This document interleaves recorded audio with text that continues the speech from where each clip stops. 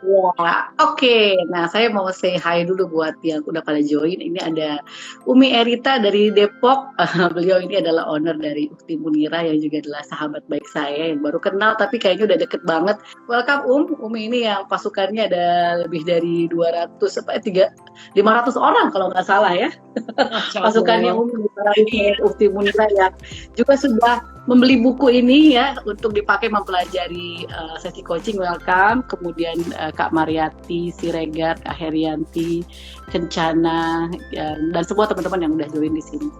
Jadi buku ini tuh hadir untuk menjawab kebutuhan para leader ya, baik dalam organisasi yang skala kecil maupun skala besar, untuk bisa mendapatkan sebuah skill coaching, keterampilan coaching secara mudah ya, kemudian mereka bisa mendapatkan esensi dari leadership itu sendiri dan bagaimana dia bisa melibatkan meaningful conversation ya. Jadi saya sekarang tuh seneng banget menyebut coaching itu sebagai meaningful conversation ya Kak ya, ini jadi sebuah pembicaraan yang bermakna antara atasan dengan bawahan, bukan cuma sekedar meeting, memerintah, memberitahu dan seterusnya gitu ya, delegasi, tapi sebuah percakapan yang dalam yang hanya bisa didapatkan ketika antara si anak buah dengan atasan itu mendasari hubungan mereka dengan cinta dan penghargaan. Yang dimulai dari atasannya, bagaimana atasannya itu bisa punya sebuah background berpikir tentang bagaimana dia memimpin orang lain itu, apa yang menjadi niatnya, apa yang menjadi tujuannya, kemudian bagaimana dia melakukannya dan bagaimana dia mengelola hasilnya. Sebenarnya isi buku itu esensinya seperti itu Kak ya. Seperti itu. Oke, jadi poinnya bagaimana seorang leader ini kemudian mampu menjadi sekaligus sebagai coach untuk timnya ya Bu Oci ya, seperti itu kurang lebih ya. Nah, oke, baik. Nah, dari situ Bu, ini kan kalau kita pada teman-teman udah pada baca ya, di situ juga Bu Oci ngasih tiga step nih ya. Jadi salah satunya yang akan kita bahas ini ya Bu Oci. Jadi ada positive purpose, positive action, and positive result. Nah, kalau kita udah mulai mau masuk nih ya Bu Oci ya, kita mau masuk untuk di essential one, untuk yang step pertama. Sebenarnya kalau kita melihat nih Bu, untuk apa sih atau apa sih pentingnya positive purpose ini dalam keseluruhan sesi coaching sebagai seorang leader di organisasi Bu? Ya, oke. Nah, jadi sebenarnya ini juga kayaknya datang dari sebuah pengalaman ya, datang dari sebuah pengalaman pribadi saya dan juga dari hal-hal yang saya dapatkan ketika melakukan sesi coaching dengan para leader yang berasal dari skala UKM sampai dengan skala korporasi. Saya menemukan banyak sekali benang merah ketika mereka merasakan adanya sebuah kendala ketika mereka harus berhadapan dengan proses pengembangan orang. Ya. Nah, jadi kan fungsi seorang pemimpin itu kan ada 3 ya, ketika dia sudah diberikan tanggung jawab pemimpin mulai 2, 4, 8, 10 sampai dengan ratusan orang gitu. Yang pertama adalah fungsinya dia sebagai manajer, orang yang managing the task gitu, managing pekerjaan. Kemudian leading ya, nge-lead bagaimana caranya supaya bisa mencapai target, drive the team untuk bisa mencapai target. Dan yang berikutnya adalah menjadi coach atau menjadi pelatih untuk timnya yang ada di dalam bimbingannya dia, di bawah koordinasinya dia. Nah, yang sering sekali saya temukan adalah kebanyakan mereka sangat berfokus kepada managing dan leading, ya. Tapi kurang berfokus kepada bagaimana dia mengelola individunya secara khusus ya, untuk bisa membantu orang tersebut menemukan potensi terbaik dalam dirinya. Nah, keluhan apa yang biasanya muncul Kak Yen? Keluhan itu misalnya begini, aduh anak buah saya nggak ngerti karakternya Bu Oci, saya nggak tahu bagaimana caranya saya bisa masuk ke dalam diri mereka, kemudian mengetahui apa sebenarnya menjadi dinamika dalam dirinya gitu. Itu biasanya keluhannya begitu. Atau saya nggak punya waktu karena saya terlalu sibuk ngurusin target dan ngurusin operasional. Jadi ya saya biarin aja tim saya untuk mengejar dan bagaimana caranya supaya dia beradaptasi dengan pola kerja yang ada di perusahaan saya. Atau menurut saya udah rekrut mereka untuk bantuin saya Bu Oci, jadi harusnya mereka udah bisa belajar sendiri gitu. Itu kendala yang sering sekali saya dengarkan atau isu yang sering sekali saya dengarkan dari para leader. Nah, usut punya usut ya. Ketika saya melakukan sesi coaching dengan mereka, mencoba menggali-gali gitu kepada mereka, ternyata mostly ya Kak Ian dari 5 tahun saya menjadi coach gitu ya, kemudian berhadapan dengan banyak leader, mulai dari milenial sampai yang jangan bilang kolonial ya, selenial ya, seperti kita ini seniornya milenial. Itu juga kadang-kadang mereka tidak punya visi yang clear tentang memimpin. Apa sih sebenarnya yang menjadi tujuan utamanya mereka memimpin? Dan boro-boro mereka sampai ke sana, mereka sendiri juga belum dilandasi dengan niat yang sangat kuat ketika memimpin orang lain. Ya. Nah, maka ketika dalam perjalanan menuliskan buku ini, saya tuh kan mengolah gitu ya, apa sih sebenarnya yang harusnya bisa saya tawarkan untuk bisa menjawab permasalahan yang sering dialami oleh para leader ketika berhadapan dengan proses pengembangan orang. Jadi saya ketemu bahwa ternyata yang pertama adalah meluruskan niat dulu. Jadi niat itu perlu kita perbaiki ketika kita menjadi seorang pemimpin, ya. Nah, karena saya di awal buku ini sudah menjadikan contoh pemimpin itu adalah Rasulullah Nabi Muhammad SAW yang sekian ratus tahun kepemimpinannya masih terasa oleh kita sampai dengan sekarang ini. Maka saya kembalikan lagi juga ke dalam konsep Islam, di mana ketika kita mau melakukan sesuatu, ya, sesuatu itu akan berbeda dampaknya tergantung dari niatnya. Ya, maka step pertama dari proses seseorang menjadi coach untuk timnya atau leader as coach adalah dia perlu memperbaiki dulu niatnya, Kak Ian. Dia perlu memperbaiki atau mungkin memformulasikan kembali apa sih sebenarnya yang menjadi niat dia ketika memimpin. Ya. Nah, sekarang saya mau ngajak Kak Yeni dulu flashback deh, ketika Kak Yeni masih jadi pemimpin di salah satu organisasi yang cukup besar, multinational company juga gitu. Mungkin usia waktu itu baru 20-an ya, Kak Yeni 20 menjelang 30. Ya, 20 menjelang 30 ya, 20-an akhir menjelang 30. Akhir, ya. Nah, waktu memimpin banyak orang itu Kak Yen, apakah Kak Yeni itu sempat memikirkan sebenarnya apa sih tujuan saya untuk memimpin dan mau saya apain nih anak-anak yang ada di bawah tim saya? Kalau Kak Yeni boleh flashback, apa yang Kak Yeni rasakan waktu itu? Iya, Bu. Jadi memang kalau diingat-ingat ya Bu, yang ini udah lama banget soalnya udah 10 tahun yang lalu ya. Oke, saya coba recall lagi ya Bu. Jadi waktu itu ya pertama memang karena usia yang cukup muda memimpin, sehingga memang awal orientasinya niatnya itu ya bagaimana supaya seluruh kegiatan operasional itu berjalan sesuai dengan yang ditargetkan oleh perusahaan. Nah, itu dia. Makanya saya nggak waktu baca buku Ibu, saya langsung ingat-ingat lagi. Ada nggak ya pikiran saya, niat saya untuk benar-benar mengembangkan orang lain di luar dari niat bahwa memang pengembangan karyawan itu perlu semata-mata untuk organisasi itu bisa bergerak sesuai dengan target yang diharapkan, tapi benar-benar fokus kepada pengembangan manusianya itu. Nah, ini dia saya kayaknya harus mengaku dosa nih Bu Oci, karena saya di usia sebegitu itu justru mungkin belum selesai dengan diri sendiri kali Bu Oci ya. Jadi nggak kepikiran bahwa mengembangkan orang lain ternyata jauh lebih penting daripada target perusahaan itu sendiri Bu Oci. Gitu pengalaman saya Bu. Nah, jadi Kak Yeni tadi saya recap kembali ya, Kak Yeni tadi flashback bahwa waktu itu sekitar usia 20-an akhir memimpin banyak orang, Kak Yeni lebih banyak fokus kepada leading dan managing dibandingin developing individualnya dengan menggunakan pendekatan yang mengarah kepada bagaimana mengembangkan potensi si karyawan ini gitu ya di dalam timnya Kak Yeni. Nah, saya pikirannya itu nggak sendirian. Kenapa Kak? Pikirannya waktu itu udah ada HR Bu yang punya tugas. Oh, okay. Jadi dipikirnya pekerjaan untuk mengembangkan karyawan itu adanya di HR ya? Seperti itu ya Kak? Iya Bu. Oke.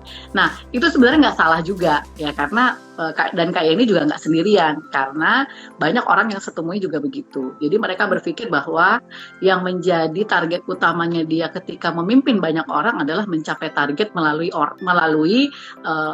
anak buah yang membantu dia gitu untuk mencapai target tersebut. Nah, tapi aspek yang sering kali dilupakan itu adalah aspek bahwa si orang-orang ini itu juga perlu dibimbing khusus agar mereka bisa mencapai targetnya dengan baik. Ya, saya kasih contoh lagi, misalnya begini. Ada coach saya juga yang mengeluh, Bu, gimana caranya saya mau mengembangkan diri, mau ikut training, mau ikut webinar, ataupun mau ikut kursus-kursus yang ya nggak perlu deh dibayarin company, saya bayar sendiri juga nggak apa-apa.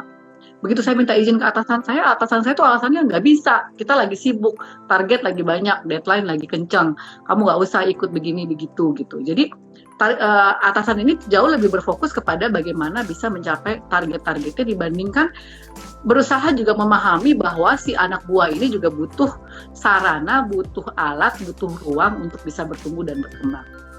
Nah, kembali lagi kepada yang saya ceritakan tadi, itu mostly terjadi yang saya temukan bersama coach-coach saya adalah karena mereka belum merumuskan niatnya dengan baik ketika menjadi seorang pemimpin. Ya, nah jadi mungkin ini menjadi self reminder juga kepada teman-teman semua yang hadir hari ini, ataupun juga menjadi bahan refleksi. Dan mungkin sesudah sesi kita IG Live ini bisa duduk sejenak kemudian memformulasikan apa sih sebenarnya niat utama saya ketika memimpin orang lain, ya, dan terutama niat saya ketika diberikan amanah untuk mengurus orang-orang yang ada di bawah saya, kan begitu ya. Nah, jadi inti dari bagian pertama di buku ini, di Positive Purpose ini, Kak Yeni, adalah bagaimana seorang pemimpin itu mampu mempersiapkan hal ini terlebih dahulu sebelum dia bisa menjadi leader yang menggunakan topi coaching. Ya, Kak. Ya, jadi hal ini tuh perlu banget dia siapkan karena ini menjadi esensi dasar dari sebuah meaningful conversation dengan anak buah, ya. Nah, jadi ketika seorang pemimpin tidak tahu apa yang menjadi niat utamanya dia atau tujuan utamanya dia ketika memimpin, atau visinya dia ketika memimpin, kemudian dia juga tidak mengetahui apa sebenarnya yang menjadi values utama dari dalam dirinya atau nilai-nilai utama yang ada dalam dirinya, maka bagaimana dia bisa dengan pasti dan dengan yakin bisa membawa timnya menuju sesuatu yang lebih bermanfaat, gitu ya. Nah, jadi intinya sih sebenarnya yang saya bahas di sini, ya, Kak Ian, di bagian di Positive Purpose. Kalau teman-teman yang udah pegang bukunya, itu kan kita mulainya dari halaman, bentar ya, halaman 49, Bu. 49 ya, 49. Positive Purpose, di mana kalau teman-teman lihat di halaman 52, niat baik itu adalah fondasi awal dari leader as coach, di mana yang diharapkan untuk bisa dibangun oleh teman-teman yang sedang membangun fondasi memimpinnya adalah mempersiapkan dirinya untuk punya 3 hal: trust, respect, dan appreciation. Bagaimana dia sendiri bisa mendapatkan trust dari anak buahnya dan memberikan kepercayaan kepada anak buahnya. Bagaimana dia bisa mendapatkan respect dan juga respect kepada anak buahnya. Bagaimana dia bisa mengelola apresiasi juga kepada anggota timnya. Karena ternyata 3 hal ini tuh kebutuhan dasar banget, Kak Ian. Ya. Yang namanya orang, ya, kalau dia dipercaya banget, itu dia pasti akan merasa, wah, saya punya sesuatu nih yang sama atasan saya itu saya sangat dipercaya. Tapi kalau coba misalnya atasannya curigaan, nggak percayaan sama anak buahnya, mau mengerjakan sesuatu tuh kayaknya diawasin banget gitu ya, micromanaging lah gaya si atasannya, mungkin dia akan merasa sangat tidak nyaman. Kemudian respect itu adalah kebutuhan dasar manusia, kebutuhan di mana semua orang itu pengen dihargai. Siapa sih yang nggak pengen dihargai, Kak Ian? Tapi coba kalau misalnya kita refleksi kembali, gaya kita ke anak buah adalah nyindir, mengancam, mengintimidasi, menjelekkan, membandingkan, mendiskriminasi, gitu ya. Kalau gaya kita begitu ke anak buah, kira-kira dia mendapatkan respect-nya apa enggak gitu? Tentu saja tidak, ya, Kak Ian. Kemudian mungkin apalagi kalau di ya. Ya, mungkin kenapa? Mungkin takut di depan. Takut. Ya, jadinya takut, bukannya dia menjadi segan atau bukannya dia menjadi cinta sama atasannya, gitu ya. Nah, kemudian yang terakhir, udah pula dia tidak percaya sama anak buahnya, cara dia berkomunikasi atau memperlakukan orang lain juga minim respect.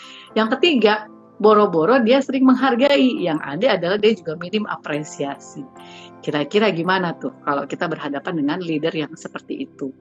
Nah, jadi teman-teman, pesan dari bagian awal dari buku ini adalah sebelum kita menyematkan diri kita as seorang leader yang mampu menjalankan sesi coaching atau leader as coach kepada karyawan kita atau kepada anak buah kita, maka kita mesti pastikan dulu niat saya itu seperti apa, kemudian apakah saya sudah mempersiapkan 3 hal ini, trust, respect, dan appreciation. Karena ini tuh perlu ada banget sebelum kita masuk ke dalam sesi coaching yang meaningful tadi atau meaningful conversation tadi. Begitu Kak Ian. Oke, ini menarik nih Bu Oci, karena berangkat dari sebuah niat itu menentukan sesi coaching yang akan dilakukan oleh seorang leader ya Bu kepada timnya. Nah ini kalau boleh disampaikan nih Bu ke teman-teman juga, ke saya juga tentunya Bu. Sebenarnya niat seperti apa sih yang harusnya kita tanamkan dalam diri seorang leader sebelum coaching itu kita lakukan ke tim kita Bu. Kalau kan tadi Bu Oci udah bilang nih, kita harus pikirin niat kita apa sih. Nah justru itu mungkin itu yang menjadi pertanyaan teman-teman juga kali ya, niat seperti apa sih yang seharusnya nih kita bangun dalam diri kita sebagai seorang leader nih Bu Oci. Iya, oke. Nah, orang menjadi pemimpin itu kan banyak yang kadang-kadang tidak siap dan tidak disiapkan, Kak Ian. Ya, tidak betul. Siap, saya ulang saya ya, menjadi pemimpin itu tidak siap dan tidak disiapkan. Ada yang tiba-tiba mengganti atasannya karena atasannya resign, tapi orang ini juga sendiri masih gamang dengan posisi tersebut, datang dari level yang sama dengan teman-temannya, tahu-tahu jadi atasan dari teman-temannya gitu. Itu contoh ya. Atau misalnya dia diberikan sebuah jabatan, di-challenge oleh perusahaannya, tapi dia sendiri belum dilengkapi dengan kompetensi khusus untuk memimpin orang lain ya. Nah, jadi niat memimpin di sini tuh maksudnya apa Kak Ian? Seorang pemimpin itu perlu untuk berefleksi dulu sejenak untuk melihat bahwa dia mendapatkan tanggung jawab tambahan, bukan cuma sekedar tanggung jawab dari perannya dia sebagai seseorang yang harus mencapai target yang lebih besar ya, tapi juga dia harus mempersiapkan dirinya untuk bisa siap menjadi fasilitator belajar buat anak buahnya yang ada di bawahnya gitu. Jadi kalau seseorang itu memimpin, kemudian dia tahu bahwa ada orang-orang di bawahnya yang perlu dia asah dan dia asuh, maka niatnya pun perlu dia formulasi kembali. Bahwa niatnya itu bukan cuma sekedar dianya yang akan bisa kelihatan keren atau kelihatan kompeten, kelihatan bersinar di level manajemen, tapi dia juga harus berfokus kepada bagaimana dia bisa membuat anak buahnya juga menjadi bersinar. Seperti itu Kak Ian. Jadi niat-niat seperti itu ya. Nah, kalau Kak Ian ini mau minta contohnya. Kalau dulu saya di usia masih 20, saya kan pertama kali jadi supervisor itu di usia 26-27 ya. Waktu itu target saya cuman, saya pengen karir saya naik terus. Ya, honestly speaking saya berpikirnya pokoknya habis dari supervisor saya harus ke manajer saya mesti ke GM. Pikiran saya ke situ gitu. Strictly kepada apa yang akan saya capai secara pribadi. Saya lupa untuk memikirkan bahwa ada orang-orang nih di bawah saya yang juga punya impian yang sama kayak saya gitu. Juga pengen berhasil juga sama seperti saya. Nah, seiring dengan berjalannya waktu, karena saya juga di-mentoring dengan baik waktu itu dengan atasan saya, dan saya bisa mendapatkan dampak yang luar biasa dari sesi mentoring dan juga coaching yang dilakukan oleh atasan saya jadi punya awareness bahwa, oh iya ya, ternyata memimpin itu bukan cuma tentang diri saya, tapi juga tentang orang lain. Maka visi saya waktu itu atau niat saya kemudian menjadi berubah. Begitu saya sudah sekitar setahun lah jadi supervisor, sudah mulai bergeser sedikit. Saya punya niat untuk menjadi pemimpin adalah selain saya meraih impian saya juga harus membantu orang lain untuk bertumbuh dan berkembang. Itu udah mulai bergeser ya. Nah, begitu posisi saya udah mulai naik lagi, orientasinya jadi nggak ke diri saya lagi, Saya jadi lebih berorientasi kepada bagaimana saya membuat semua orang yang ada di bawah saya itu menjadi kompeten dan bisa mengeluarkan semua potensi yang terbaik. Karena buat saya udah selesai, buat saya udah cukup. Sekarang waktunya untuk mereka. Nah, jadi seperti itu teman-teman, memperbaiki niat itu sampai ke situ gitu. Karena begitu kita memperbaiki niat kita, maka yang harus kita, yang nantinya akan kita dapatkan adalah kita akan bersedia berlelah-lelah ya, dan bersedia capek untuk ngurusin anak buah yang juga punya impian meraih target pribadinya gitu ya.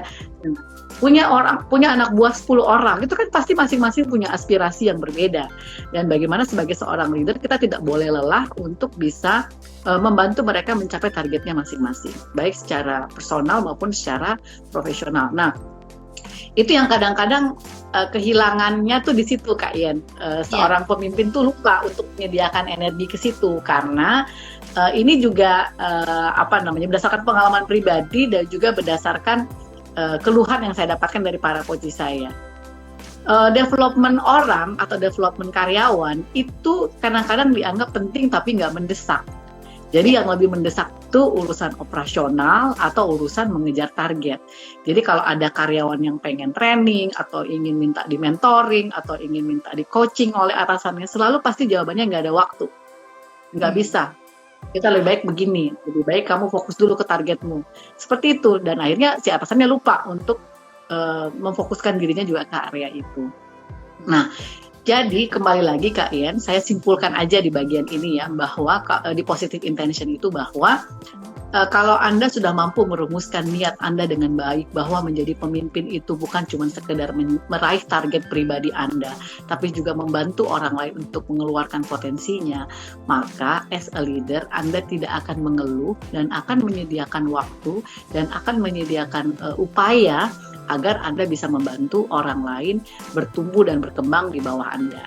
Dengan menggunakan pendekatan apa? Macam-macam. Dengan menyediakan ruang untuk mereka bisa training, menyediakan diri Anda untuk berbagi pengalaman melalui mentoring, dan juga bisa mendapatkan meaningful conversation atau meaningful discussion bersama anak buah Anda dalam sesi coaching. Begitu kayaknya. Mudah-mudahan logiknya teman-teman bisa dapat ya.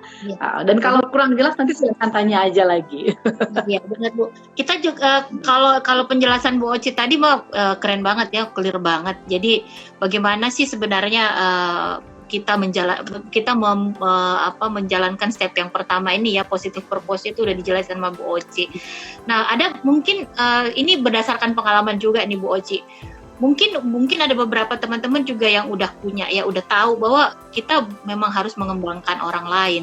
Tapi ternyata banyak juga organisasi yang kemudian tidak memberikan ruang untuk pengembangannya ini Bu. Apalagi dari seorang leader itu kan ini berdasarkan pengalaman saya juga nih Bu, banyaknya nyari-nyari untuk bagaimana sih menjadikan pikiran itu bisa lebih positif kepada tim gitu ya. Itu kan nggak diajarin ya Bu ya, yang pasti nggak diajarin. Terutama lagi kita mau apa nih kita bisa pakai pikiran positif kita ini kepada tim. Ini contoh kasus aja nih Bu. Dalam kondisi orang udah ngejar target, misalnya udah deadline, udah deketin deadline.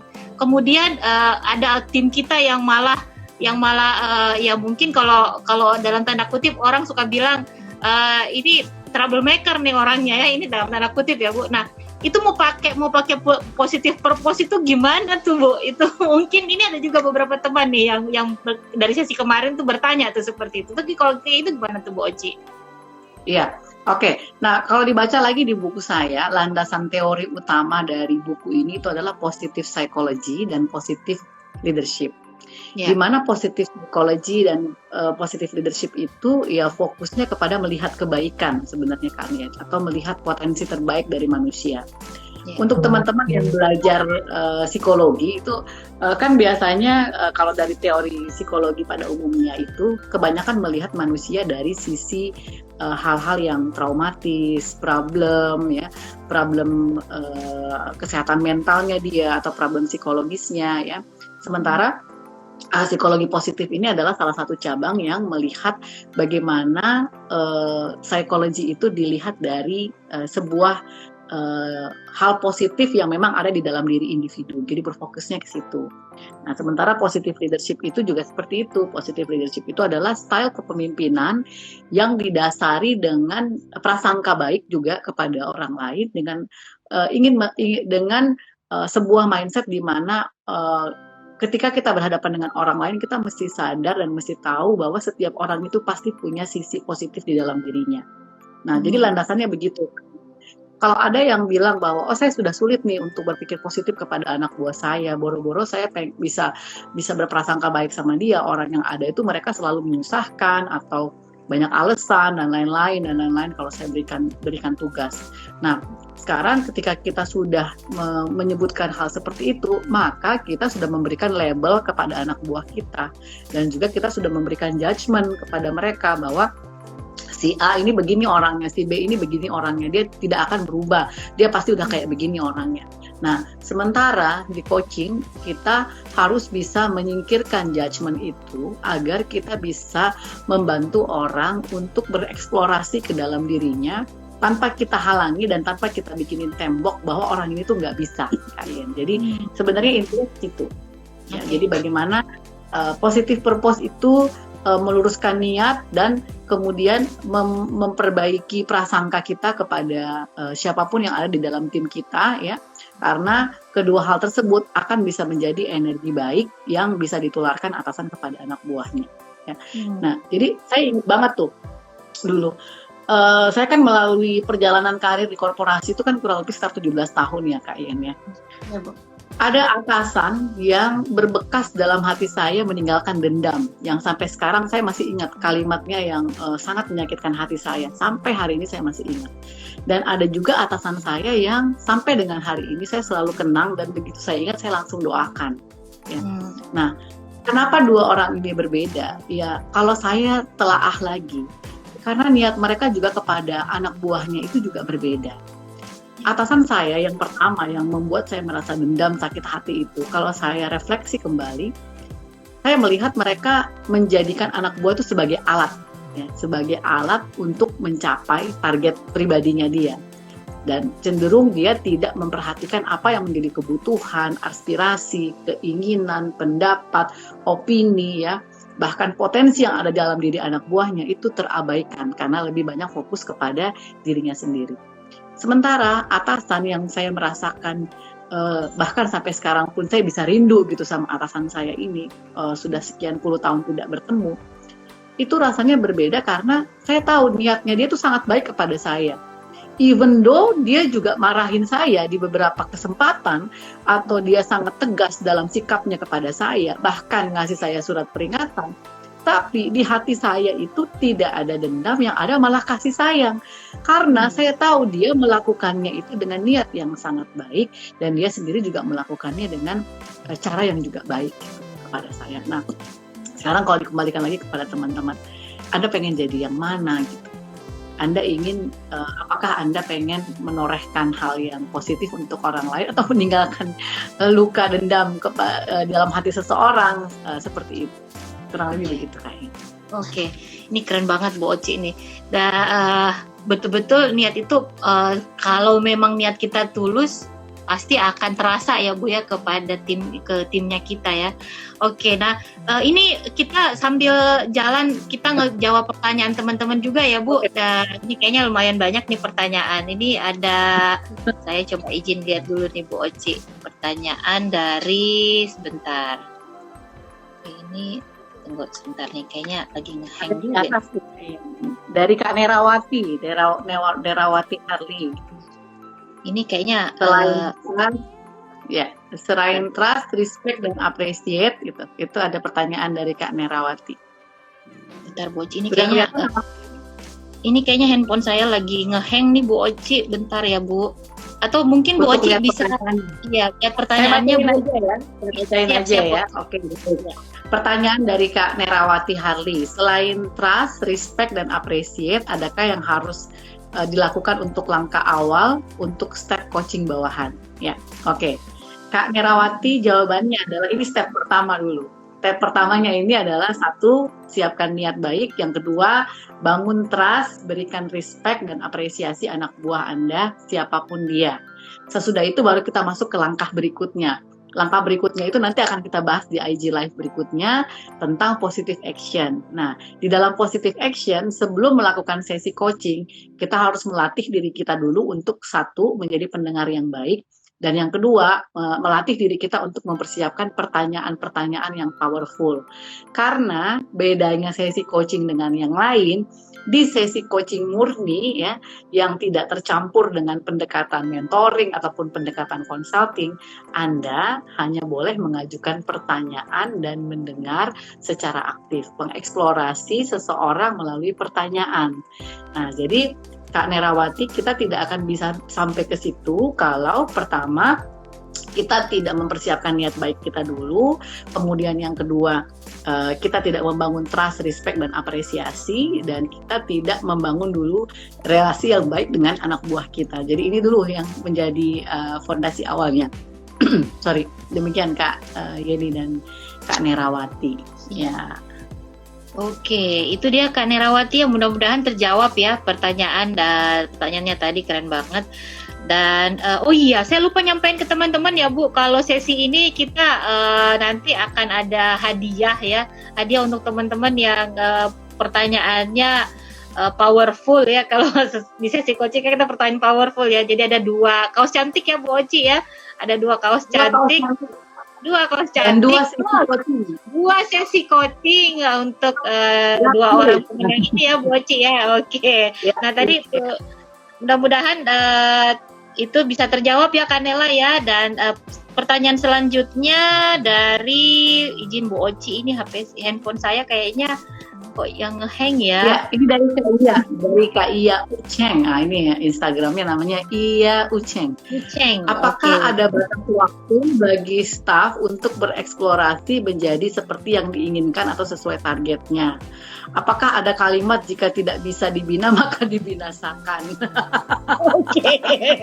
Ini menarik nih Bu Oci. Kalau itu kayaknya udah banyak banget yang sering bilang begitu Bu. Itu gimana tuh Bu? Oke, siap. Nah, dibina apa dibina?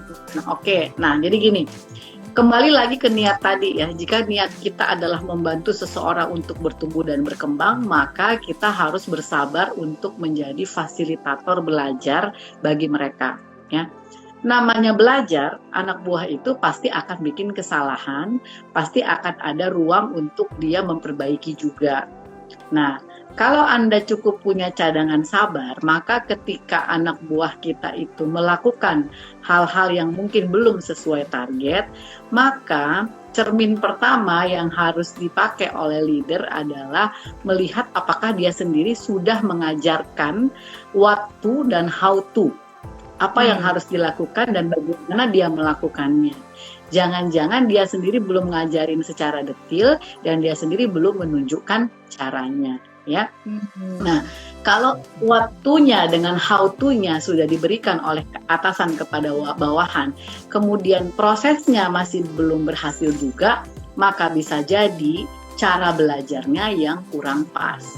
Karena setiap orang, kalau teman-teman baca juga di buku saya ya, individu dewasa itu kalau dia belajar, dia perlu cara khusus, dia perlu sebuah strategi khusus yang tidak sama dengan anak kecil atau anak usia sekolah ya.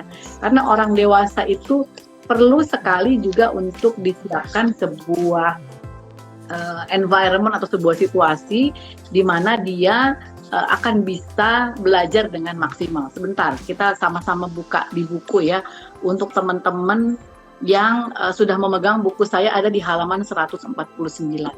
Saya bacakan ya Kak Yen. Ketika Anda memimpin individu dewasa, maka proses belajar dalam usia tersebut wajib Anda ketahui. Ini menurut Malcolm Knowles dalam buku Adult Learner yang memang saya baca waktu itu. Karakteristik orang belajar dewasa itu, orang dewasa yang belajar adalah dia harus tahu mengapa dan apa benefitnya untuk mereka. Kemudian individu dewasa itu kalau belajar ingin dapat sesuatu yang aplikatif, motivasinya dari diri sendiri, senang belajar melalui pengalaman, dan dia akan senang untuk mencari jawaban secara sendiri dibandingkan disuapi atau dijejali ilmu oleh orang lain. Ya. Nah, jadi kalau kita paham bagaimana proses individu dewasa itu belajar, kalau anak buah kita sudah kita ajarkan what to dan how to-nya, sudah dikasih setting target performance yang clear, itu di what to ya, how to sudah di training, tapi mereka masih belum maksimal juga, bisa jadi ada yang belum terpenuhi dari proses belajar ini. Nah, maka apa yang kita mesti lakukan di situ? Kita gunakan pendekatan yang berikutnya, yaitu kita mentoring dan kita coaching. Nah, mentoring gunanya untuk apa? Mentoring gunanya untuk kita sharing pengalaman kita, sementara coaching itu gunanya untuk apa? Untuk kita bantu dia mengeksplorasi dirinya, ya. Nah, jadi KI ya, sebelum dibinasakan, tapi jangan sampai dibinasakan lah ya. Seorang leader itu harus memastikan dia sudah melakukan itu dulu semua ya, transfer knowledge-nya, transfer wisdom-nya, eksplorasi melalui sesi coaching. Nah, kalau semuanya sudah dilakukan tapi masih belum berhasil juga, bisa jadi anak ini berada di tempat yang tidak pas atau kolamnya nggak cocok. Ya, nah maka bisa kita lakukan lagi sebuah proses analisa, orang ini akan kita tempatkan di mana, ya, karena bisa jadi juga dia tidak berada di tempat yang pas ya, ibaratnya ikan dia berenang di kolam yang bukan habitatnya, jadi bisa jadi dia kepentok sana kepentok sini atau bahkan nanti lama-lama mati, demotivasi, hilang energi dianya. Nah jadi kemudian yang berikutnya apakah dia dibinasakan ya. Nah kalau misalnya memang seluruh upaya itu sudah kita lakukan, maka proses terakhir adalah menganalisa, jangan sampai memang orang ini tidak cocok di dalam organisasi. Ya, nah tapi nih ya Kak Ian, saya sebagai seseorang yang pernah menjadi HR dan kemudian juga berada di level manajemen dan pernah menjadi user, biasanya saya kalau ada kondisi kayak gini suka saya balikin lagi sama si manajer. Saya balikinnya gimana? Ya bilang, itu dulu yang milih siapa, yang rekrut siapa, ya kan? Yang milih kan juga itu. Ya, yang milih kan juga Anda. Jadi kalau yang memilih Anda, maka Anda sudah harus tahu konsekuensinya kalau orang ini memang harus butuh perhatian khusus. Atau kalau misalnya dia nge-lem, tapi ini lemparan Bu dari departemen lain gitu ya. Udah nggak diinginkan di departemen lain jadi dikirim ke saya gitu, katanya seperti itu ya. Jadi saya mesti gimana dong Bu Oci? Nah, maka lakukanlah hal yang tadi gitu ya. Jadi ini kan masuk dalam kategori employee yang low motivation dan juga low capability. Jadi dari sisi kapabilitasnya kurang, motivasi kerjanya juga kurang bagus. Maka Anda harus bisa menjalankan semua faktor tadi.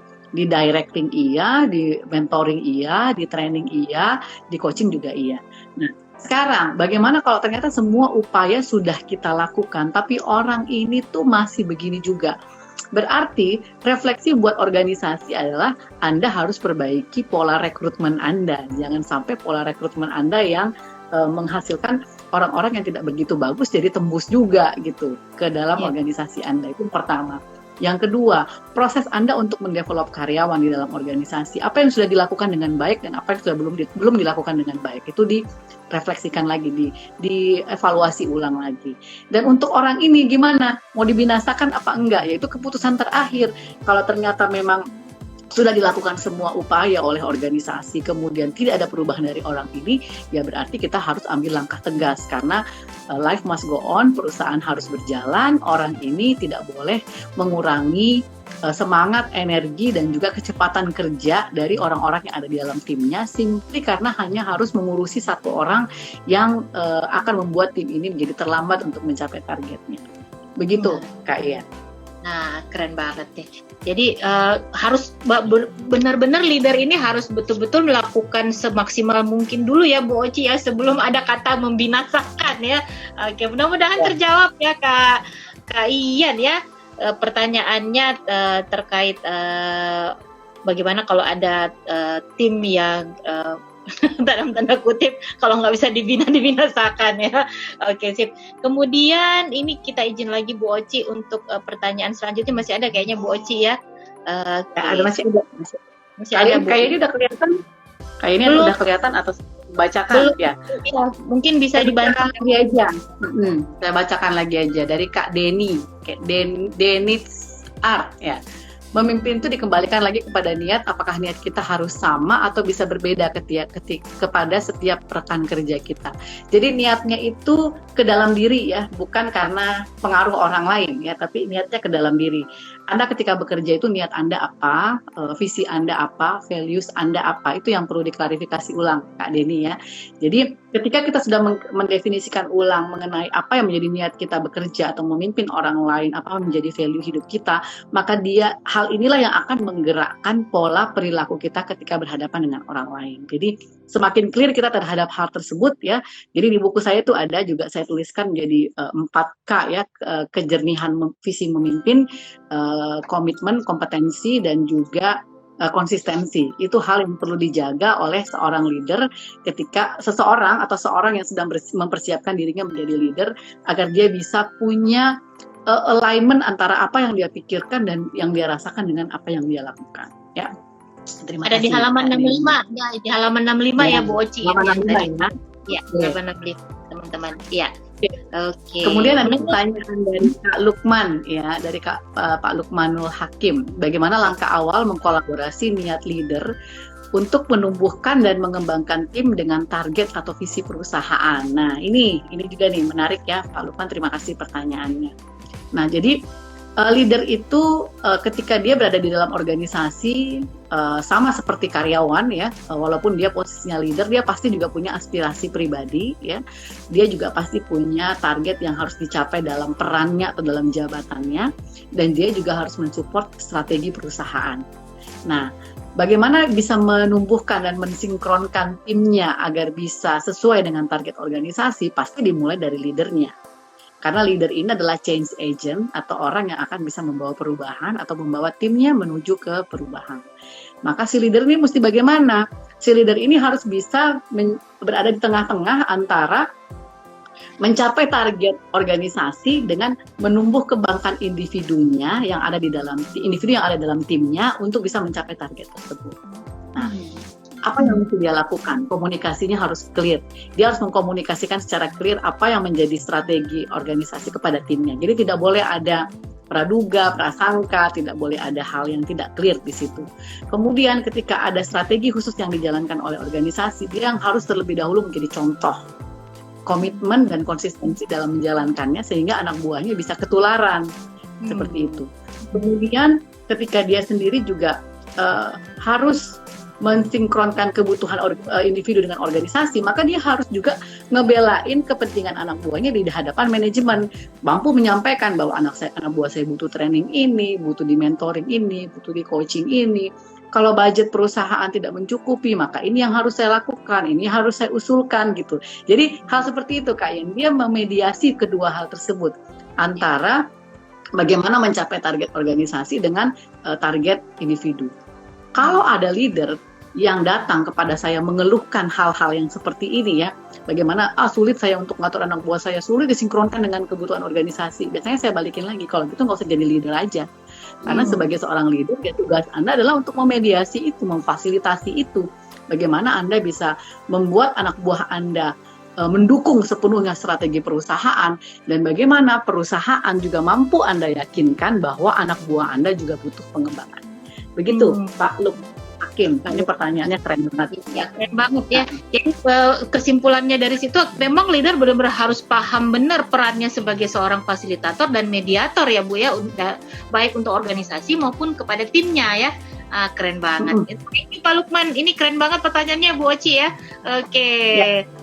Ini kita 5 menit lagi Bu Oci sebelum waktu kita nanti di stop secara otomatis oleh IG Live. Mungkin masih ada pertanyaan barangkali untuk kita jawab paling nggak satu kali Bu.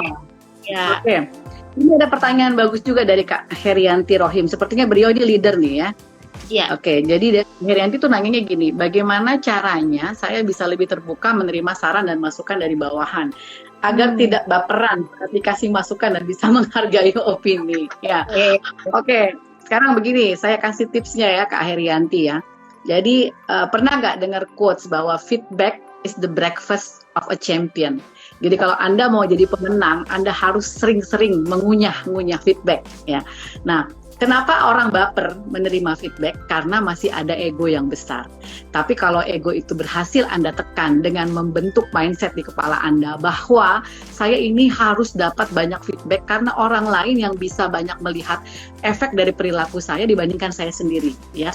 seorang pemimpin itu biasanya punya blind spot besar ya, atau hal yang bisa dilihat oleh orang lain tapi dia sendiri nggak bisa lihat ketika dia jarang menerima feedback. Jadi dia pikir saya baik-baik aja, anak buah saya baik-baik aja, pola perilaku saya oke-oke aja, padahal semua orang udah mules, sakit perut, berdarah-darah berhadapan dengan dia. Maka sering-seringlah menerima feedback dan menghargai feedback itu sebagai bagian dari pertumbuhan Anda. Jadi kalau Anda mau jadi pemenang, mau jadi orang yang hebat, menjadi orang yang sukses, Anda harus bisa sering menerima feedback.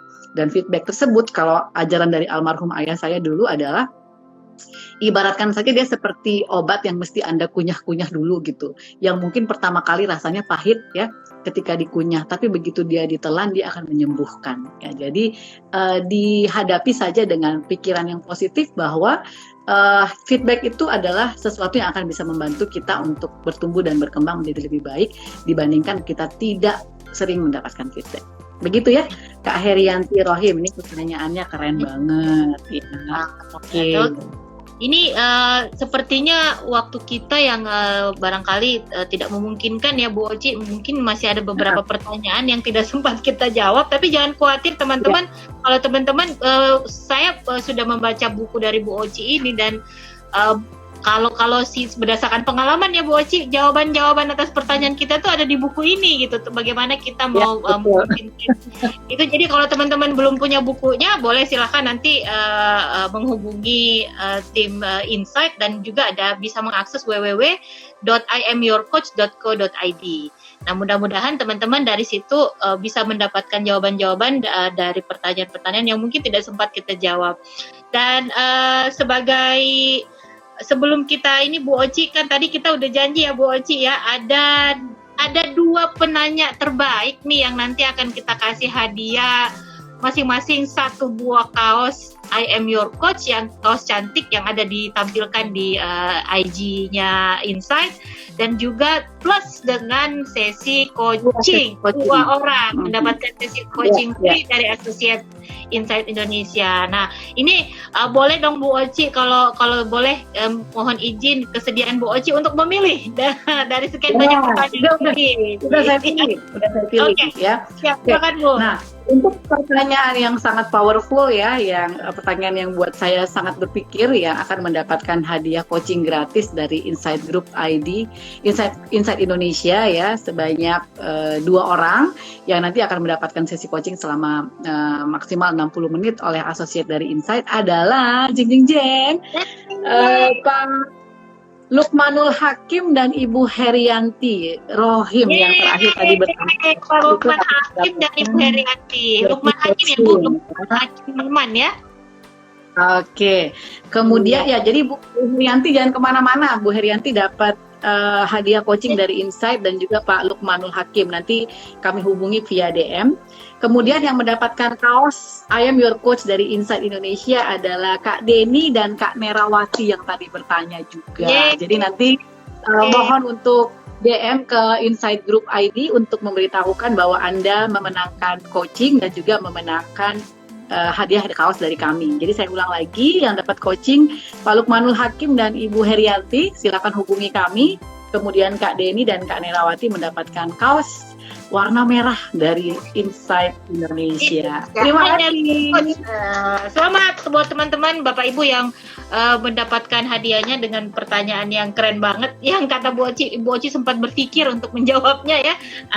Oke. Selamat, dan seperti yang disampaikan Bu Oci, memohon kesediaan Bapak-Bapak, teman-teman semua untuk bisa meng-DM ke Insight Group untuk mendapatkan bagaimana mendapatkan hadiahnya. Nah, itu dia tadi pengumuman kita untuk hari ini ya, sesi kedua ya Bu Oci ya, dari permintaan teman-teman yang kemarin ya.